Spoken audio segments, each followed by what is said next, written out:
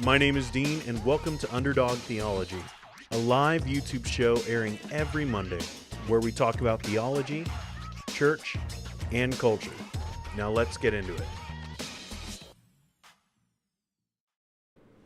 Hey, we're live. It's a different time. Sorry about that. I have a kid with an eye that's like bulging out of his head. He's basically become a cartoon, and apparently that's not a good thing. So we're taking care of him, and so I had to change some things around. But we're live tonight. Let me know if you're here, because it is a different time, all that kind of stuff. I'm always a little nervous, but when I shift on the times, because YouTube doesn't like it when you change things up on them. Not at all. But today we are talking about a lot of different stuff. All right, we're gonna hop right into like some of this Calvinism is Patriarchy stuff that I've seen going around the internet. And not a fan of what's been said, but we're going to be looking at that. We're going to be talking about John MacArthur, going to be talking about a podcast that came out where they were talking about his successor, and we're going to have some fun with it. Okay, we're going to have some fun. We're going to try to figure out, we're going to do our Sherlock Holmes thing. We're going to try to figure out who this successor might be and just have a little bit of fun while we do it. We're going to take a trip down to Fundytown, and we're gonna visit some people who ended up in the penalty box. So a couple new segments that I've added to the show over the last couple weeks. But let's just hop right into it, and let's look at this article that I saw going all over the place. And people were sharing it on Twitter a bunch because, like, I get it. Like, a lot of people don't like Calvinism, and you guys know, I've said it on my channel a bunch, I am a Calvinist, so I'm going to talk about Calvinism, but it's not like my main thing, and it's not even like the channel's like main focus. So a lot of Reform guys like me because I'm part of that camp, but when I'm talking about Calvinism, understand that if you're not a Calvinist, it's not like I want you to go away and then come back later once we're done. All right. But some of you guys have even said this to me in different comments, specifically when we're talking about like the Doug Wilsons and, different like the Christian nationalism thing, which apparently we still have to talk about. I got one thing that we'll talk about when we get down to Fundytown. But Calvinists more likely to believe domestic violence myths and oppose social justice, study finds. As soon as I saw that article, just the headline, I was like, okay, I think I know where this is going. It's a thing that's constantly said. So Christians who hold Calvinist beliefs are more likely to believe certain myths about domestic violence against women and oppose social justice advocacy. So I'm kind of substituting patriarchy into that, and you could disagree with me about that, but I think if you're leaning into that of saying like domestic violence doesn't exist, then you're probably on your road to patriarchy if you're not already there. And so I kind of substituted that out when I was talking about it and put it in the comment or in the title and stuff. So the study surveyed 238 seminary students. Not a big survey. So that would be, issue number one, at least with me. If you're going to be like, Calvinists are like this, it better be like a huge bunch of Calvinists that you surveyed. But 238 students, and found that those who agreed with Calvinist beliefs were also more likely to agree with certain statements. Okay, that sounds different than what the article title said, right? Like if you go up to the title, it's Calvinists more likely to believe domestic violence myths and oppose social justice, study finds. But that's the thing about this article. And the reason why I was like, as soon as I saw it, I was like, yeah, I don't think it's probably what people want it to be. Because there's a lot of people who just want Calvinism to be like the big bad boogeyman, because either they don't like Calvinism itself or they don't like some Calvinists. And let me just be honest with you guys. There's a bunch of Calvinists I don't like either. All right. So as one, there's a bunch that I'm like, I don't want to be associated with that guy. So I understand it, but 238 seminary students, and they agreed with certain statements like a lot of domestic violence occurs because women keep on arguing about things with their partners. Which, if you're going to agree with that kind of statement, that's dumb. Like, I'm not here to defend anyone who would be like that. I don't know why my iPad's being all glitchy. It knows this isn't the right time. You're not supposed to be streaming right now. Um, but if you're going to agree with that, a lot of domestic violence occurs because women keep on arguing about things with their partners. That's pretty dumb. And many women have an unconscious wish to be dominated by their partners. That's like wrong and cringy and creepy and just gross. So, like, these people are interesting folks. So I'll put it that way. But all right. So if you see, according to a December 20th article at scipost.org. So if we go over to that one, we start to get at least a little bit clearer of a picture because, one, they don't release the study, not at least to the public. I don't know why they made articles about a study that you can't actually go and put your eyes on, but they did. I think probably because they knew it would get clicks, and here I am giving right into them. That's the thing about all these guys. Like, a lot of these things that I talk about on this show, it's like, oh, they did it just to get noticed. And it's like, well, here I am noticing it. But particular Christian beliefs linked to rationalizations of domestic violence against women. A new study has found that those who believe in the tenets of Calvinism are more likely to also believe myths that justify domestic violence against women. So, again, like the statement is that Calvinists more likely to believe this. And then actually, as you get into it, it's like, actually, no, there's some things that they would be part of that they are more likely to agree with. That's not agreeing with a part of it is not agreeing to the whole of it, which I think is just something that's happening in culture where if you like one aspect of something, which I'm not saying that these people should have liked these things. I'm here as a Calvinist kind of repping for my camp and being like, I don't think this gives like the clearest picture. But if you agree with a part of it, doesn't necessarily mean that you agree with the whole of it. But then as you go through, you start to figure out some things about this study. The researchers surveyed 238 students from Bethel Seminary. And this is where I go, oh, now this makes sense. 238 students, which again, not a lot. And we're talking about one institution.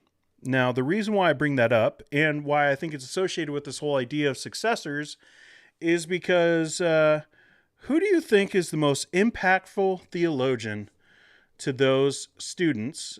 So if we're talking about, a seminary, just based off of numbers, we're talking probably mostly men. And specifically, if we're talking about those in this camp that would agree with certain aspects of like this domestic violence stuff, like these myths about it, and kind of be on their way to patriarchy, we're probably talking about men.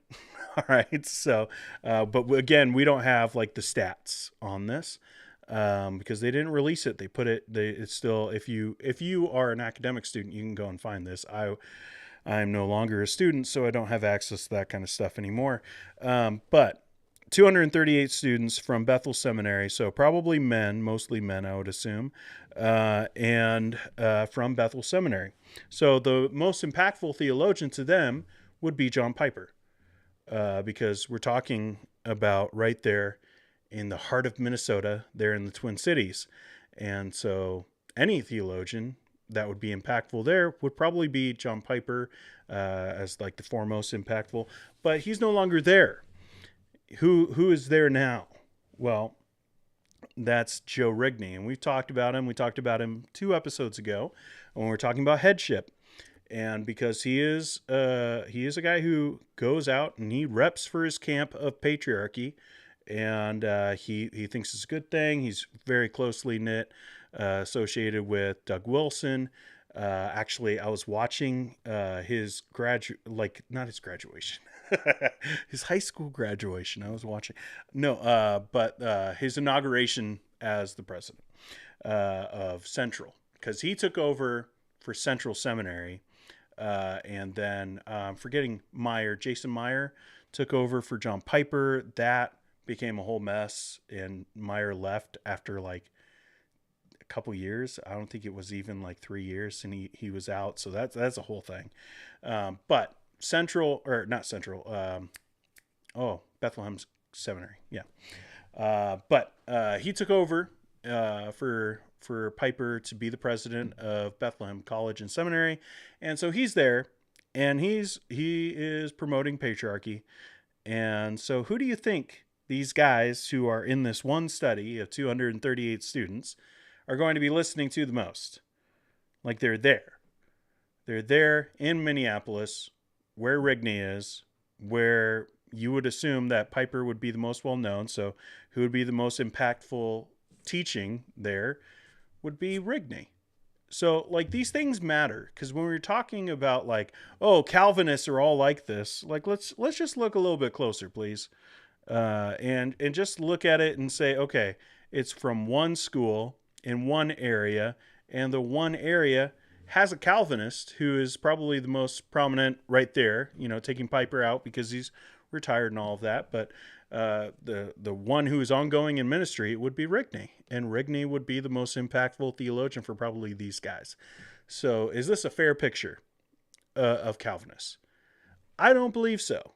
I think if you were to take multiple seminaries and you step away just from one central location where one of the biggest proponents for patriarchy is, then I think you would come up with a different answer. At least I would hope so.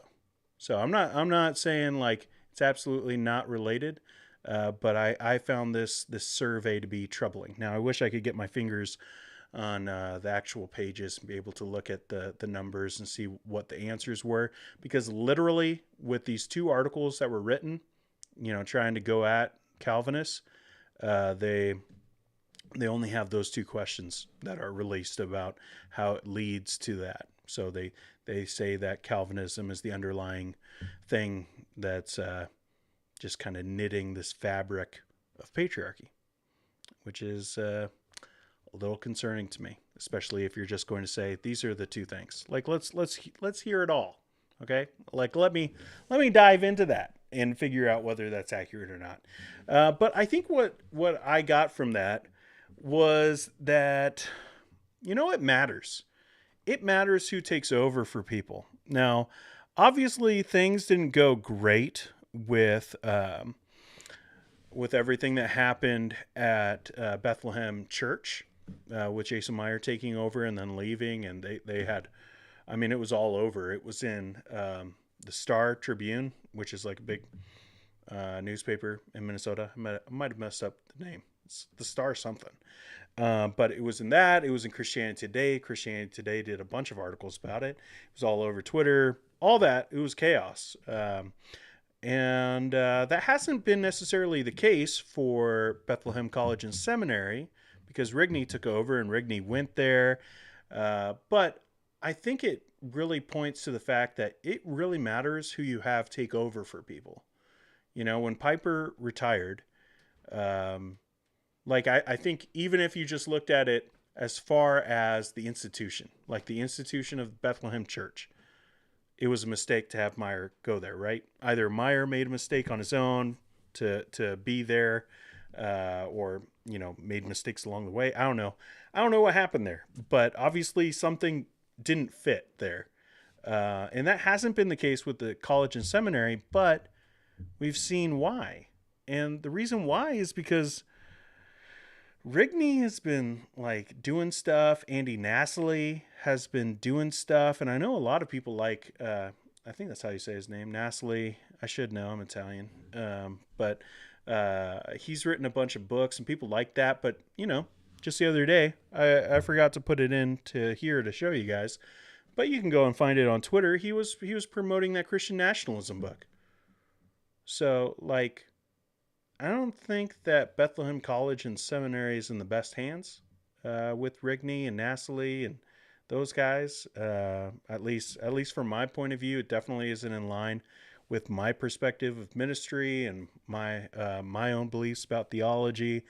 But I mean, these guys are going for patriarchy. They've already Rigney went to school under Doug Wilson, so like he graduated from their New St. Andrews. Is it a seminary? I don't know. Their institution, whatever. He came over and, he was there. New St. Andrews had representation at Rigney's inauguration. Like they had their guy go down the aisle, and it was really weird and gross. But my point is that Piper didn't pick the right guys. I don't think so. And I think it really matters. These guys who have big ministries, they give a lot of power to the people who come after them. So this is why I want to talk about this over here. Philip, who's in the chat, I see you guys in the chat. I'll hop into the chat here in just a little bit. But Philip was like, hey, you should go and check out this episode of, that All Hail John MacArthur, I think is the name of the podcast. That's not the name. It's the MacArthur Center for Expository Preaching, which has zilch about expository preaching. But that podcast, he was like, hey, go check that out. They did an interesting episode about John MacArthur and government and all of that. And obviously living here in Canada, that's kind of been a huge talking point, to say the least. We'll talk a little bit actually when we go to Fundytown. But at the end is actually what I found interesting. It was actually pretty much a snooze fest as far as the podcast went. So you don't need to. Philip did the work for us. Okay. We don't need to listen to all of that, but at the end, there was something that I found pretty interesting. Thanks for listening to Season 2 of the MacArthur Center podcast. In our next episode, the final episode of Season 2, we are going to answer the question that everyone has been asking. Who's taking over for John MacArthur? Who's the next JMac? Stay tuned for MacArthur and the Successor. Okay. A little dramatic. But, it's a big ministry. It's a big ministry. Grace Community Church, huge ministry. John MacArthur has had a huge impact on evangelicalism. I would probably say, and people get mad at me for this, but probably when you take in the size and scope of John MacArthur's ministry, I'm just playing with the words of Justin Peters. But I think that he's probably the most prominent evangelical today, like just popular, influential. I mean, when he took his stand against the government there in California, that had ripple effects here in Canada like crazy. Like everyone had to answer, like, what do you think about John MacArthur? Like, I don't get that with, what do you think about R.C. Sproul? What do you think about with, R.C. hasn't been around in a while. But like, you don't get that with like Tim Keller or someone like that. So I think that he has a huge ministry. And so I get like the whole trying to be like, hey, listen to the podcast. We're going to name the successor. But I fell for this trick once before. Austin Duncan. He's there. He's one of the professors at Masters. He used to be the youth pastor. I don't know what his title is now, but he does the podcast and he's the host. And he kind of said this at the very beginning of this season, which has taken 9 years to come out. But he said that they were going to name the successor. And then, Phil went on Twitter, Phil Johnson. This is John MacArthur's right-hand guy, the head of Grace to You.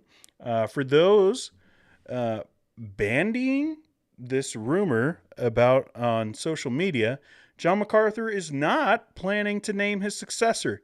Besides, he will never make an announcement like that on a podcast. In the words of R.C. Sproul, what's wrong with you people? All right. So I don't know if that's genuine or not. When he says Thanks this, for listening to Season 2 of the MacArthur Center podcast. In our next episode, the final episode of Season 2, we are going to answer the question that everyone has been asking. Is he going to talk about Eileen Gray? Oh, wait, no, he's not going to do that. Who's taking over for John MacArthur? Who's the next JMac? Stay tuned for MacArthur and the Successor. All right. I don't know, like Phil talking, like that's basically what Duncan said in the beginning of the season. And, people like me were like, oh, okay, I guess he's going to name who's going to take over for him on the podcast. That's kind of weird. And Phil said, oh, well, it's gossip. Like what? Weird. But I mean, like, that's what he said. Am I crazy? Like, that's what he said. He said that, like, John MacArthur and the successor, like the singular, like it's one guy. So I think that he's going to name who's coming after him on the podcast, which is weird. But I don't think we're gossiping because, like, that's what he said there. So I was thinking about that, and it is an important ministry and all of that, and so I thought we could have a little bit of fun with it, and we could play a little game. Okay, let's go over here. Let's play a little game. I like to call this game "So You Think You Can Mac. All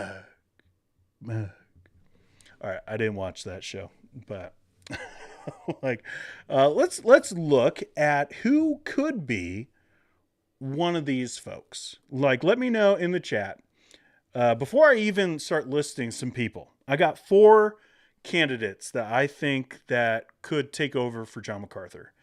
But you let me know what you think. Who do you think should take over for John MacArthur? And don't just say, like, I think that Grace Community Church should close its doors. Like, I know, like, we all have feelings about what's going on over there and things that haven't been talked about with the Eileen Gray situation, other things going on there. But who do you think? Because I think it's kind of fun.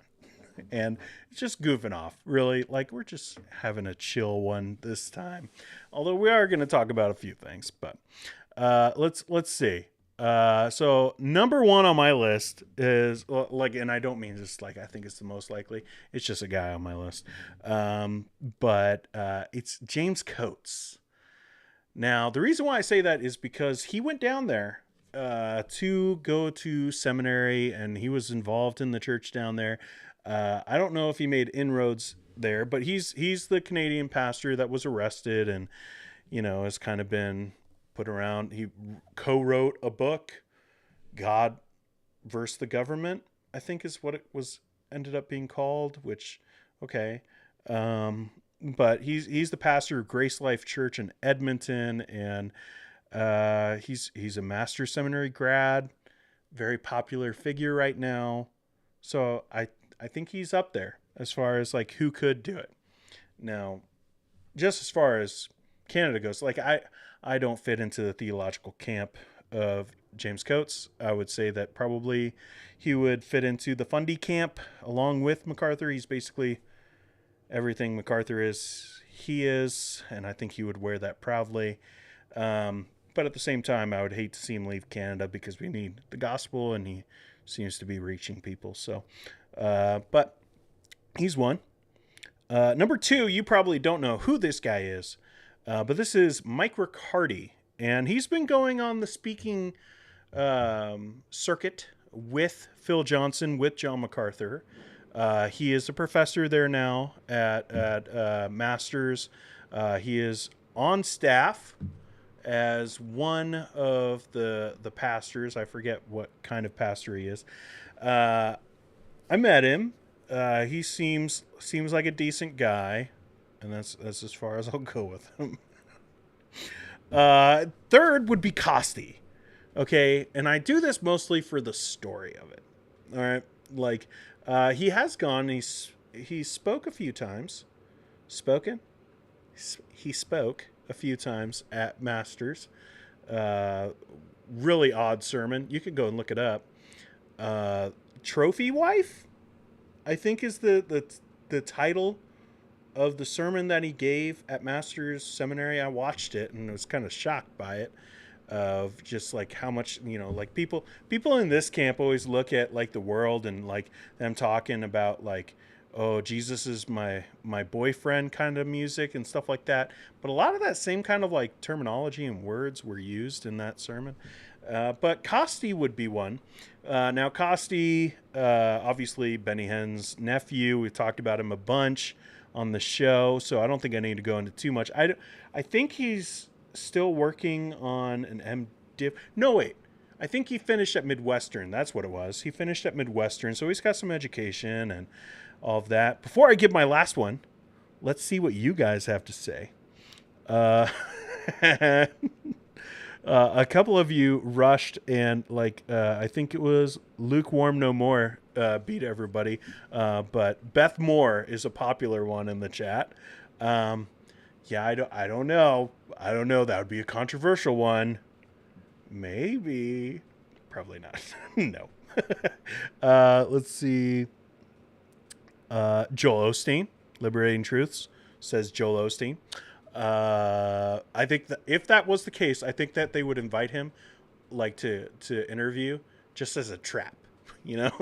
Like the door, like a couple, like he would walk through the door and he'd just be all smiley, like Joel Osteen is. And then like a couple elders would like walk back to the door and like block the door and shut the door. And like the camera would just zoom in with Joel Osteen, like turning around to the camera being like, and the door shut, like, I think that's what, Phil says. Dean Lentini, I don't know who that guy is. Sounds like a real loser. At least the internet says so. I can't spell, says Toby Mac. We could see a DC Talk reunion, not on a cruise ship this time, but on stage at Shepherd's, right? Like that feels right. Lana says, I think James Coates passed John Mac's the litmus test going to jail. Maybe. I don't know what other kind of tests they have. Let's see. My real guest is Justin Peters or Doug Wilson. Nope. Too old. That's what I go with those kinds of people. Too old. Also, interesting note. Justin Peters, I was like looking into him for some other stuff and I didn't end up making the video. I don't think he's ever been on staff at a church. He's been a missionary, but like evangelist missionary, which means like going around like just, I don't know. It's just something to note, for some of these guys who go on like stages and talk about like pastors and pastors need to do this and pastors need to do that. I found that just like super like, wait, what? Like he's never been on staff at a church, at least to my knowledge. But that was interesting. So it would be a first. But also Doug Wilson, too old, also too reformed, so he doesn't get to be there. Lukewarm says, I got a great selfie with Joe Osteen and Victoria in Vegas. Was that when you guys were all going to see Furtick together? Is that what that was? David says Vody, to which I thought about it. I thought about adding him to the list. But again, just too old. I'm thinking like anyone who would take over for someone like this, I think has to be young. Has to be young enough to like make a dent and not be like in another like 6-7 years, you got to find another guy. Like, I think Ed Romine says, not me. I don't want the drama. That's it. Dr. Romine, you're going. Everyone, let's vote. Let's do this Baptist style. We all voted. Ed, you're in. Let's see. Lana says Justin Peters and Costi should work together. That would be ironic. Oh, they like each other. They probably would be on a team. All right. Let's give you my number 4 and who I actually think it's going to be. And I've said this before, but I wanted it even more prominently because I really do think this is what's going to happen. I think he's taken over. You might not know who that guy is. I've talked about him before. This is Josh Bice of G3 Ministries of, is it Mayfield Baptist Church? Mayville Baptist. I don't know, something with May. But he's a Baptist pastor, been in the pastorate for a long time, still kind of young, and I think that's like the important part. And obviously loves John MacArthur. Has like done little documentaries about how great John MacArthur is. Has gone and like he spoke at.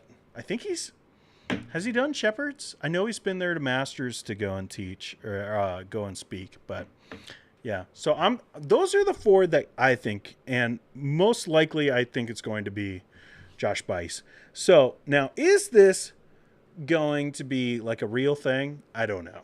Like, is it going to be like on this podcast, like Austin Duncan's going to be like, I'm sitting in a room, and there'd be like a bunch of noise, which makes it almost impossible to listen to that podcast. Guy thinks he's Cosper. He ain't Cosper. I'm like, not throwing shade, but like, come on, man. Audio engineering is difficult. Don't just throw in sounds for the sake of throwing in sounds. Like, you might think you're adding warmth by adding that little warble. You ain't a record player, bro. Like, that's hard on the ears. Like, man, like that gets me with that podcast. But maybe they're going to be like sitting down in a room, and Austin will be like, I'm in a room with the John MacArthur, and they're going to name one of these guys, and they'll be like, this is who's going to be taking over. And it's, so you think he can Mac, you know? Will it happen? I don't know, but I think it would be a lot of fun if it did. Just a little interesting. You know, I'm very interested in who's going to take over, because I think that is going to make actually quite a big deal. And I don't care if, Phil Johnson is just like, oh, you guys are just gossiping because you're talking about podcasts. This is what Austin Duncan said, okay? Blame Austin. Don't come at me. Don't come at the internet, Phil. Go talk to Austin about it. He's the one who said it. All right. Before we go to Fundytown and end with the penalty box, let's hop back into the chat and see what you guys are saying over here. What's going on over here? I see that there's that John Adams guy is back. Can I get a mod to deal with that guy? Sarah says Kevin DeYoung. Too old, too many kids. Too many kids to move. You already moved. Like, also wrong denomination. But I'm sorry. John MacArthur isn't a part of a denomination. He's funny. All right, let's see. Andy Stanley. So John says, has to be young enough to make a dent and not have a heart that is exploding in his chest. Right? I think so. I would assume JMac's successor would be dispensational. Correct. He's going to be all the things. Too soon. I really believe it will be Mike Riccardi. You know, I think if they want to just go with who's going to be the best fit, I think that's probably it, because he's already there. He knows the ins and the outs. But if, like, there is a pull that some people feel like that it has to be a name, you know? Honestly, when you look back, there hasn't been, at least in the last couple of years, very good success with successors, which is not, I didn't mean to do a pun thing. But, I mean, you think about C.J. Mahaney and Joshua Harris, like that didn't work out too well. And then John Piper and Jason Meyer. The one that stands out of someone who I think of as a really big deal, maybe other people wouldn't, but Ray Ortlund and TJ Timms over at Emmanuel Nashville, not nearly as big of a church, but I would say he was a pretty big deal, and that transition looked like it worked really well. But yeah, it's difficult to do it. So there is a pull just to get like a big name to like anchor the church, the ministry, because you're concerned. But honestly, if the guy before did such a great job, it shouldn't be that concerning to find the next one. But for some reason, it usually is. Let's see. JP would be perfect since he's okay. All right. Let's keep it. Let's keep it a little nice. Philip, Says, John Adams, you've been sassy lately. Oh, okay. Leave the sassiness at home, John. Shanna Lee is here and says, Daryl Harrelson is the half of Just Thinking, and he's at Grace to You. Virgil Walker is the other half, and he currently works with Josh Bice. There's a connection. Oh, let's get the red yarn going. Who brought it? Oh, John. Oh, that's good. Kevin to old. Kevin to too many kids. I look at the picture of him and his fam, and I know that they probably bring him so much joy. But I'm just looking at him being like, that's way too much work. He has 9 kids. 9. That's too many for me. I got 3, and I'm already tired and old. But all right, let's do this. I'm trying to figure out some new things, and I got this microphone just in my face. And what are we going to be talking about? Oh, let's talk about this, and then we'll go into the other thing. Okay, let's do some segments. You guys ready? Eventually, I'm going to get good at this. Probably not. And bring it on down to Fundy. All right. Where'd the image go? Why did it disappear? There's supposed to be an image. There it is. All right. Welcome to Fundytown. And let's talk about some fundy stuff. All right. So first fundy thing is we got Canon Press, who I would consider very fundamentalist. They tweeted this, which is interesting. All right. So this is a quote that they found from Kevin DeYoung in his article from the Gospel Coalition, where he says, Wolf is to be commended for having the courage of his convictions and forcing Christians to think more carefully about a host of conclusions that most Western Christians assume just can't be true. So this is about Stephen Wolf's book, Christian Nationalism. I know. It's just like, we got to keep talking about this thing. I don't want to be talking about it either, but I just saw this and I was like, well, that's too funny to pass up. So he's talking about that book, and that's what he said. And Canon Press was like, tweet it, print it. We're running with it. This is what he actually said. Okay. This is a little bit more of what he said. This is a long review, so let me state my conclusion up front. So this is in the first couple paragraphs, which I think Kevin DeYoung is learning, that if you want Dean to read your article, don't write it 1,000 pages. And if you do, put a summary at the top, because I'm not going further. But this is a long review, so let me state my conclusion up front. I understand and sympathize with the desire for something like Christian nationalism, which is weird. But if this book represents the best of that ism, then Christian nationalism is not the answer the church or our nation needs. For all the fine retrieval work Wolf does in parts of the book, the overall project must be rejected. Not a good review of this book. He did not like the book. Canon Press puts out this saying, oh, yeah. Kevin DeYoung likes this book. The dishonesty. It's crazy. This is obviously this is probably just the guy who's working for the social media of Canon Press, which you might watch this video, bro. But come on. You know that this is trying to tell people that Kevin DeYoung likes this book, and this is what you tweet when this is his conclusion. It should be rejected. My goodness.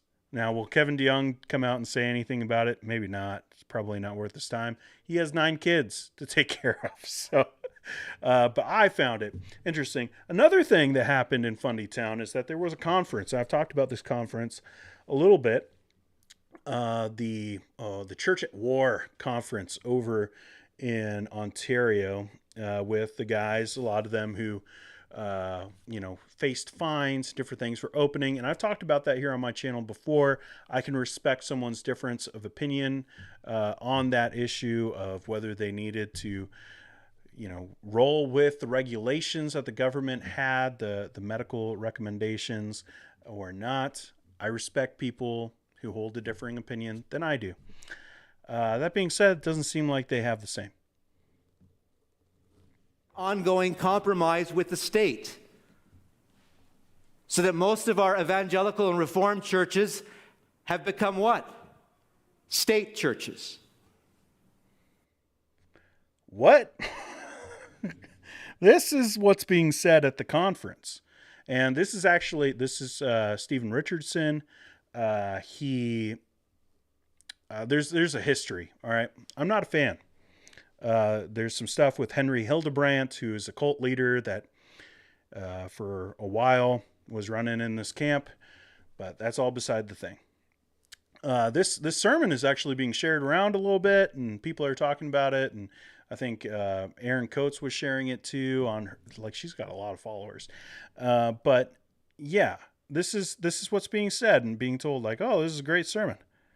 Evangelical and reformed churches have become what? State churches.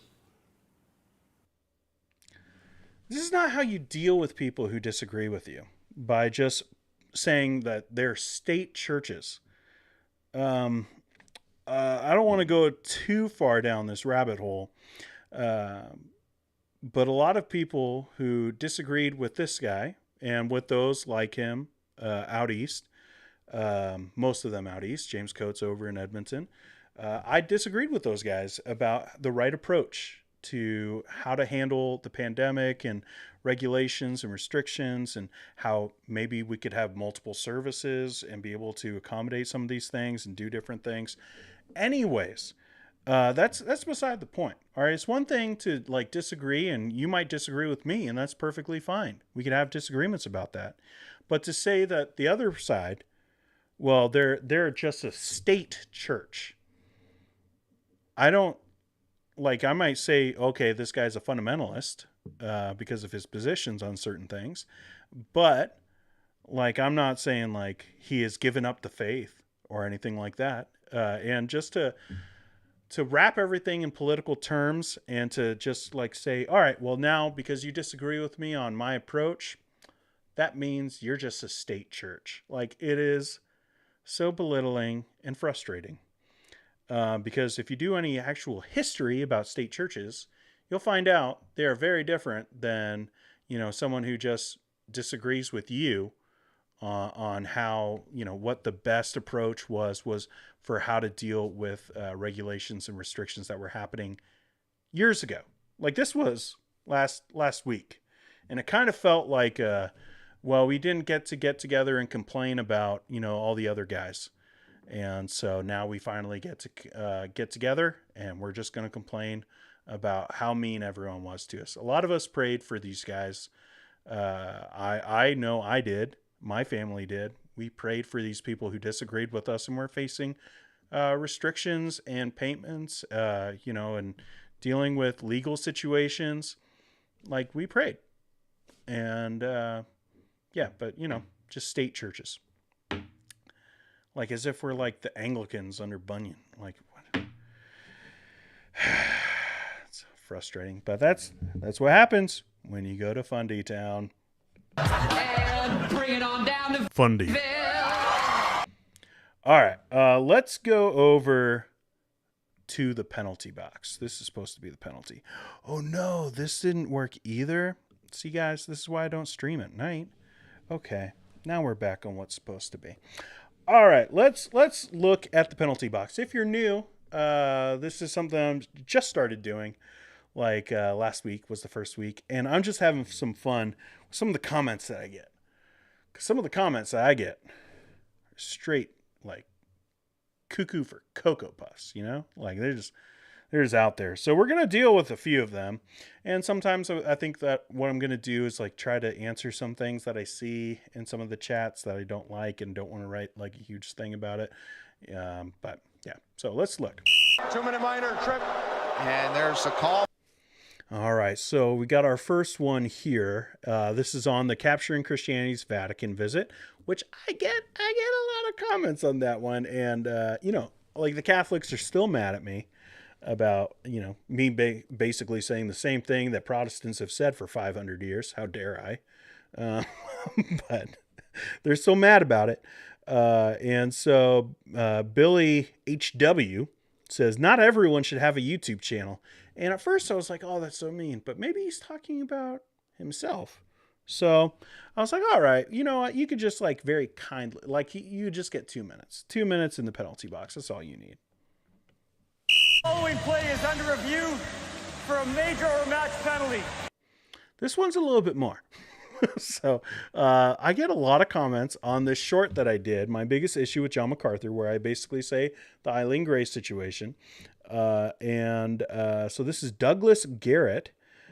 He replied, you couldn't make, and I'm going to say some words that maybe if you're watching with your kids, because I don't cuss on this show. There's never going to be any cussing on this show. But there are going to be some crass words like what we're going to see here. So if you got kids around, you could just like skip if you're watching the replay, or, you know, turn the volume down for a sec. But you couldn't make a pimple on his butt. You obviously have issues yourself. Who actually cares that you are reformed and in that camp? Grow up, little man. Which I will say thank you for the compliment. You know, I've been working on my weight, so appreciate that. But, you know, like, come on. Pimple. I want to know, like, the things, like, people that, like, comment things like this. Like, I would never say something like this to someone ever. Like, wouldn't even cross my mind if I was mad or, like, just, like, frustrated with someone. Like, you're a pimple on this person's butt. Like, I want to know, like, how, like, is that something that gets said to other people? Like, is this just an internet thing? Like, why do you come up with these? Like, you could just say, like, I don't like you. Like, I'm waiting for that comment. Philip's going to be writing that comment in just a little bit. But I don't like you. But, like, these things that people say, it's just like, it's kind of funny, but also just like, is this how you talk to people? I just want to know. 2 minutes for slashing and 2 minutes for roughing. Okay, so this is a double because it's 2. So a Syrian born again commented on the Costi Hen embraces Doug Wilson, like the clip out from the show. Some people are desperately trying to make it on YouTube, and so they put on crazy lies and content just for clicks, attention, and to be famous on this platform. Sad when Christians with no discernment fall for it. Everything you said about Doug Wilson by you is false. False, sir. This video is a lie, and you should be taken down. I thought that we were all for, like, the whole, like, YouTube don't censor things. Like, oh, censorship, such a big deal. Like, I should be able to say anything that I want. I should be able to say, this is, you know, like, whatever. Like, say all the crazy things. I thought that's what this kind of people, like, those kinds of people were saying. But apparently not. Love Doug Wilson and Costi Hen. Solid Bible teachers. Doctrine matters. Okay. So, nothing. I stand by everything that I said in that video. Everything that I've said in all my videos. Have I made mistakes? Sure. Do I stand by those mistakes? Yes. If you point them out to me, will I own up to them? Yes. But that being said, I didn't lie. I didn't gossip. I talked about things that were public that Costi Hen said himself. So if you have issues with that, Assyrian born again, go and talk to Costi Hen about it, because he's the one who brought up all those things. Now, as far as being desperate to make it on YouTube, yeah, you know, I'm trying to make it on YouTube, so it is what it is. Let's see. 2 minutes for slashing Oh, and 2 that one's minutes for already roughing. done. We already did that. Knew it was going to happen. All right, let's, last one. There's the whistle. There's no excuse there. He knows that whistle's been blown. All right, so this is on the Michael O'Fallon targets these evangelicals and Freedom's lunch. So not Freedom's breakfast, not his dinner or supper. I'm in Canada. Supper. Freedom's lunch unsubbed. You've been sus for a while. Now I see plainly the demonic ideology you still for. Repent.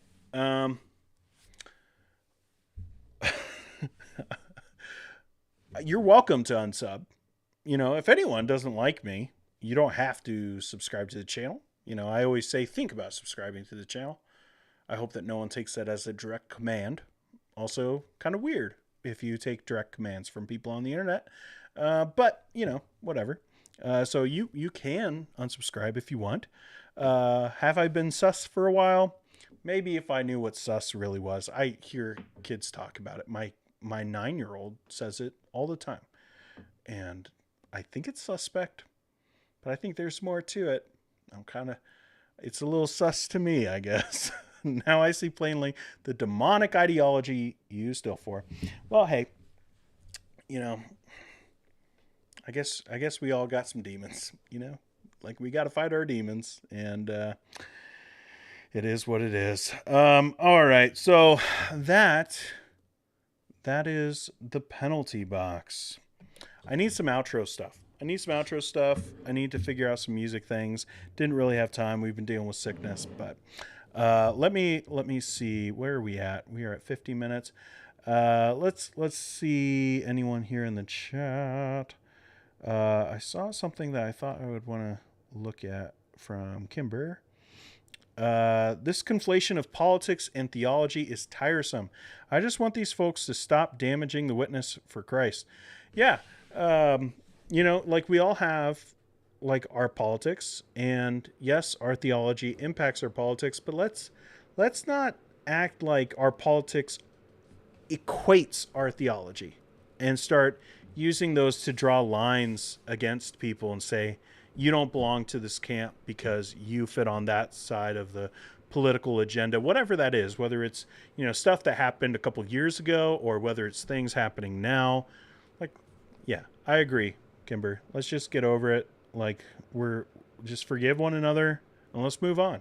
Like, that's what I've tried to say.